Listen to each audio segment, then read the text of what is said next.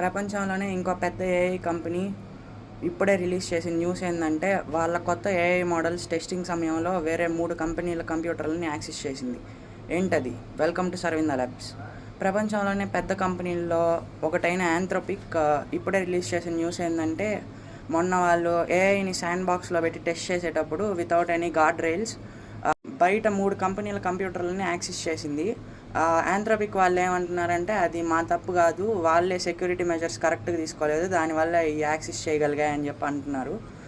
ఇంకా వీళ్ళు రిపోర్ట్ చేశారు ఆ కంపెనీస్ అన్నిటికీ, ఈ బగ్స్ ఉన్నాయి మీ కంపెనీస్లో, ఈ సాల్వ్ చేసుకోండి అని చెప్పి. ఓపెన్ ఏఐ ఇన్సిడెంట్ జరిగి 1 మంత్ కూడా కాలేదు, అప్పుడే యాంథ్రోపిక్ కూడా ఈ ఇన్సిడెంట్ని రిలీజ్ చేశారు, ఇలాంటి ఇన్సిడెంట్ ఒకటి జరిగిందని. ఈ విధంగా టెస్టింగ్ చేసేటప్పుడు కూడా ఈ సెక్యూరిటీ మెజర్స్ ఎక్కువగా తీసుకోకపోతే రిస్క్ ఎక్కువ ఉంటుంది.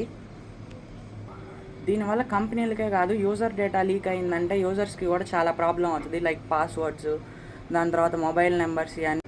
దీనివల్ల ఏఐ కంపెనీస్ కూడా కొంచెం జాగ్రత్తగా టెస్టింగ్ చేసేటప్పుడు కూడా హై సెక్యూరిటీతో టెస్ట్ చేస్తే బాగుంటుంది. ఇది నా ఒపీనియన్.